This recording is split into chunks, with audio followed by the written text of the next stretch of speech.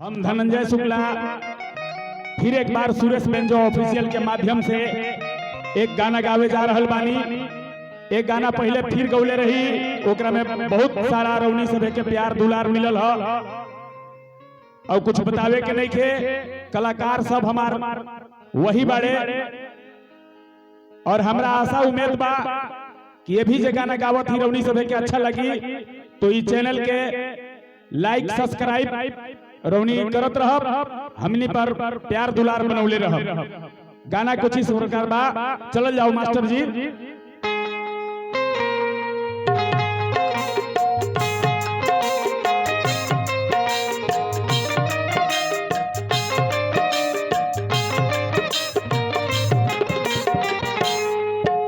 उतार लो न दुनिया ये राजा, कर दी हवाले जवनिया ये राजा। मोरा घुंघरू के जगह आज पहना दो पैजनिया ये राजा, पैजनिया ये राजा। उतार लो न दुनिया ये राजा।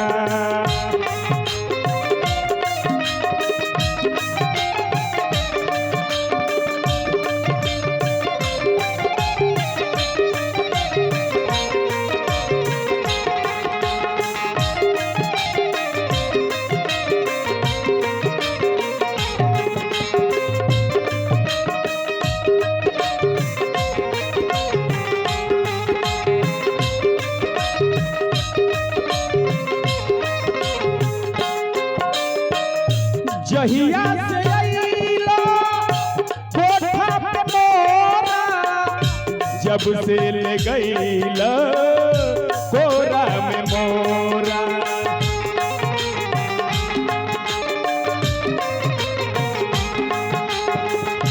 जहिया से अइलो कोठा पे मोरा, जब से ले गइल कोरा में मोरा। मोरा मनवा करत बा बन जाई तहरो दुल्हनिया ए राजा, दुल्हनिया ए राजा। कर दी हवाले जवनिया ए राजा। उतार लो जवनिया ए राजा।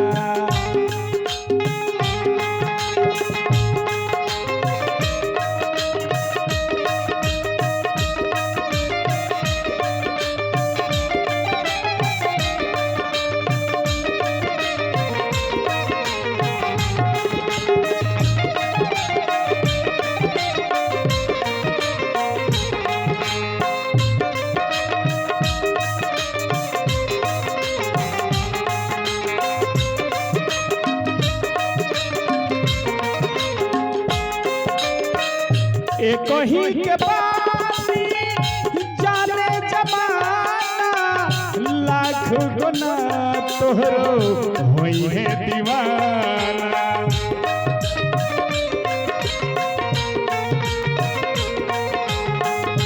एक ही के बासी जाने जमाना, लाख गुना हमरो होई है दीवाना। नहीं कोठवा के कौन मन, नहीं कोठवा के कौन मन करी अब ई मलकिनिया ए राजा, मलकिनिया ए राजा। कर दी हवाले जवनिया ए राजा। उतार लो न दुनिया ए राजा।